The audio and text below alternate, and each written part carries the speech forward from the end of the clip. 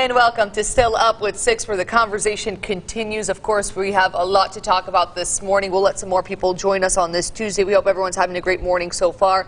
If you missed Texas today, don't worry. We'll get you covered on what we talked about, as well as some new topics just for you guys at home to join the conversation this morning. Yeah, it's going to be a very busy news day. Of course, all eyes on Washington, D.C. President Donald Trump's impeachment trial set to begin this afternoon. So there's going to be a lot of different talk about that. We're going to have coverage on 6 News in just a little bit. Certainly an issue that has divided our country in a way that we haven't seen in a long, long time. And I think it'll be an interesting and certainly historic happenings on Capitol Hill, but certainly has been a point of conversation. Yeah, and it starts today at noon. Of course, you can catch all the coverage on 6 News. We'll be taking the special report from NBC News.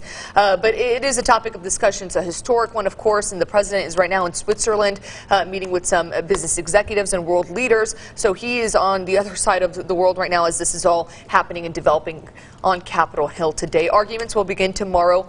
Each side will have 24 hours to give their arguments. It's going to be the House, which has 7 Democrats as the managers for it, versus President Trump's team, who will then come in and have their arguments in their 24 hours. So we're going to be talking about this for the next couple of days. But this morning we talked about the impact that this impeachment trial will have on re-electing our president. Yeah, and we were asking you guys at home, what kind of impact do you think it will have? Do you think it will have a positive impact? The majority of you did think it would have a positive impact. Do you think it'll have a negative impact? Some of you did think that as well. Hey, good morning to you, Deborah. Good morning to you, Lau.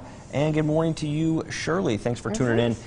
Yeah, I think the majority of you this morning said this is going to have a positive impact. And we've also seen some political experts say the same thing.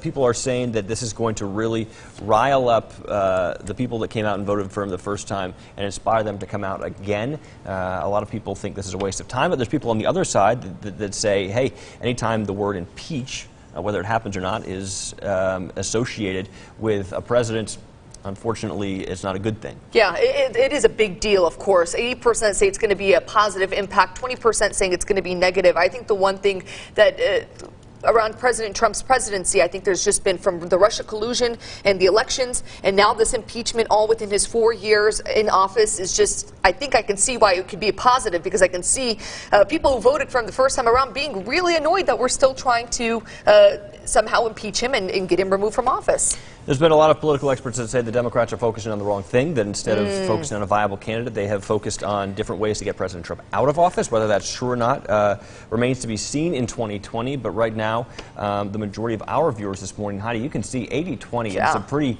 big split. Think that this will have a positive impact. We even saw some people weighing in on our Facebook page earlier who said simply, it's something that has made them want to go out and vote for President Trump even more next election cycle. Yeah, and I think that a lot of the comments we saw on Facebook really did echo our live poll this morning. So you still have time to weigh in and join the conversation there. The post is still up. But we want to talk about something that you guys can all kind of weigh in on. A 4-day work week. How does that sound? Because a bill in Washington State would make it a 32-hour work week by standard, but anything more than 32 hours would be overtime. But there's a catch here. That means you would be making less money because you're not working 40 hours. You're simply working 32. Okay, so this is an hourly standard. You're not on salary here? Yeah, so that's if you are, I don't know what the case would be in particular with this bill, but they think it would make you happier and healthier workers. So I don't know what it means for people who are on salary versus hourly, but if you do work hourly, anything over 32 hours would be considered overtime.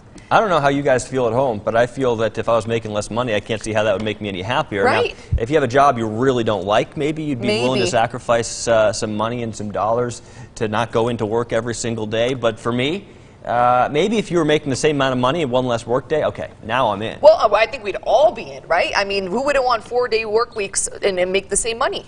That'd be awesome. That'd be pretty great. But if you're capping hours and you're taking money, at the end of the day, I think that if it affects my bottom line, I'm not going to be any happier. Yeah, I don't think so either. And really, I mean, healthier, how so? I'm just going to have more time to do nothing and watch Netflix. That's how I look at it. Well, what do you guys think at home? Would you guys be okay with taking 8 less hours a week of pay, but not having to go to work on a Friday? Now, this is going to make a very confusing situation for a lot of parents out there. Oh, for sure, yeah. Who now we're going to have to find childcare who, you know, you have to change around, rearrange your whole schedule. So it would be very interesting. Or it'll just give parents one extra day to kind of hang out while their kids are in school or in daycare, the 5 days a week that the standard is. So I don't know. Let's see.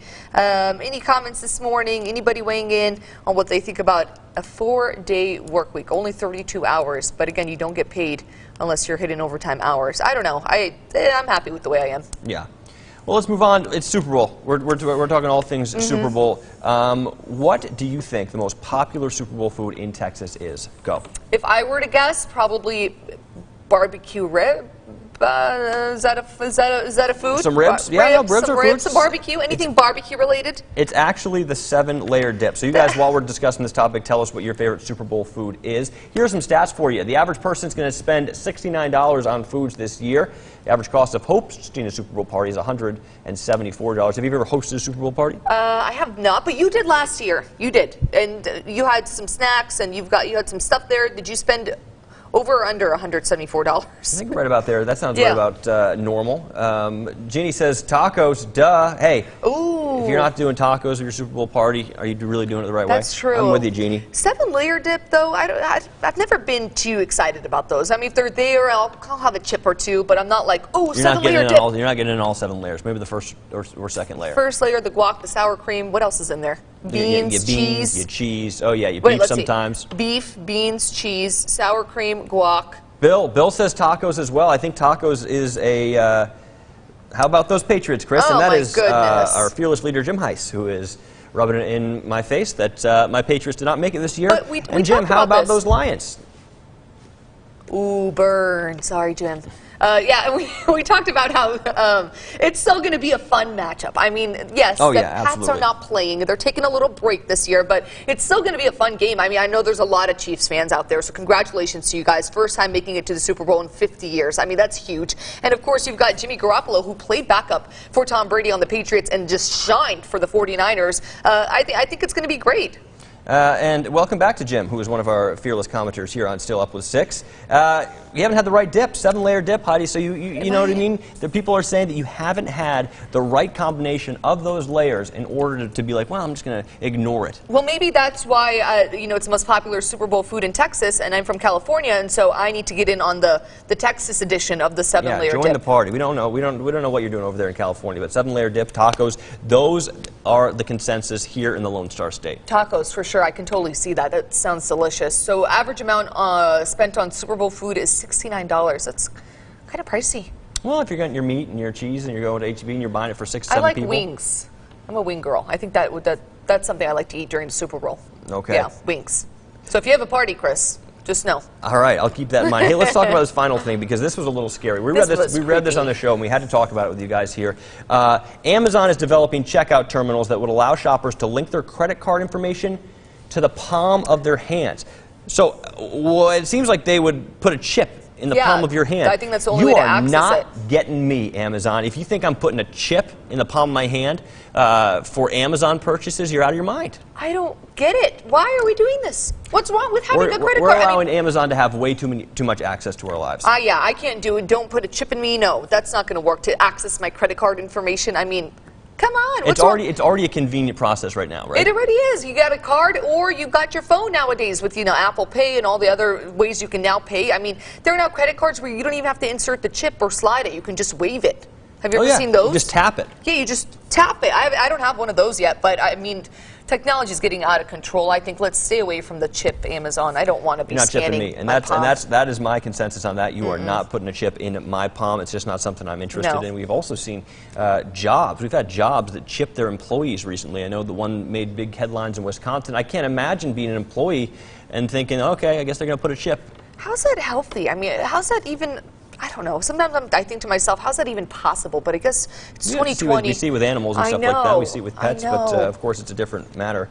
I believe people will see through the farce. It's been one thing from day one, doesn't matter to them.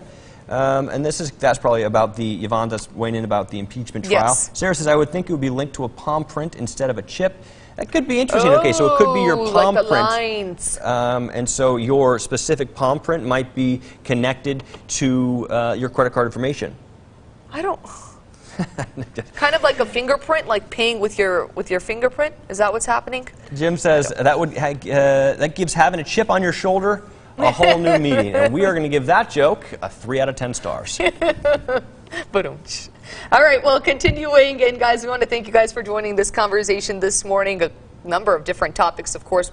We'll continue to keep our eyes on the Capitol this morning and, of course, all morning long as that impeachment trial begins at noon. You can watch coverage right here on 6 News. That's right. We'll continue this conversation tomorrow after the show, but if you want to tune in to Tech to Stay, remember that's 4:30 to 7 a.m.